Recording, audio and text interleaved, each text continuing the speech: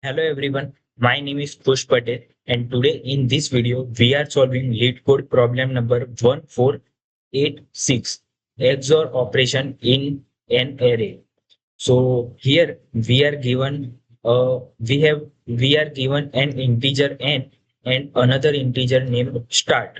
We have to define nums array where nums of I means every iteration equals to start plus 2 into I.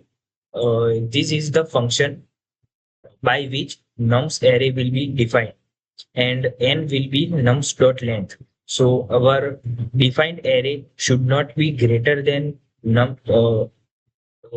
should not be greater than in terms of size by n, and it should defined by this function.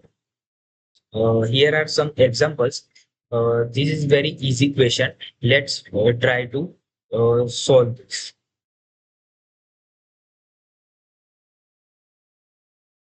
And also, one important thing in this is at the last we have to output uh, of every array's numbers in their XOR relation.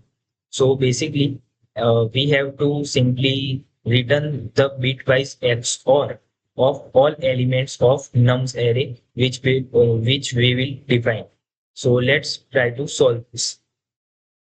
So for this, I will use simple for loop, and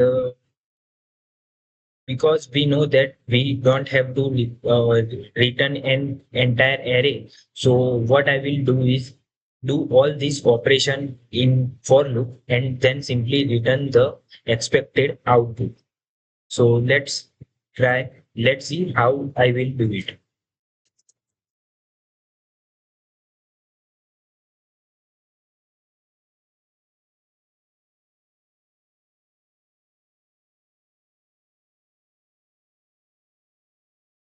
We know that we have to use XOR operator in the each element. So what is the each element?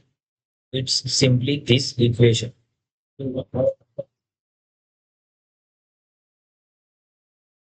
At the last, we have to return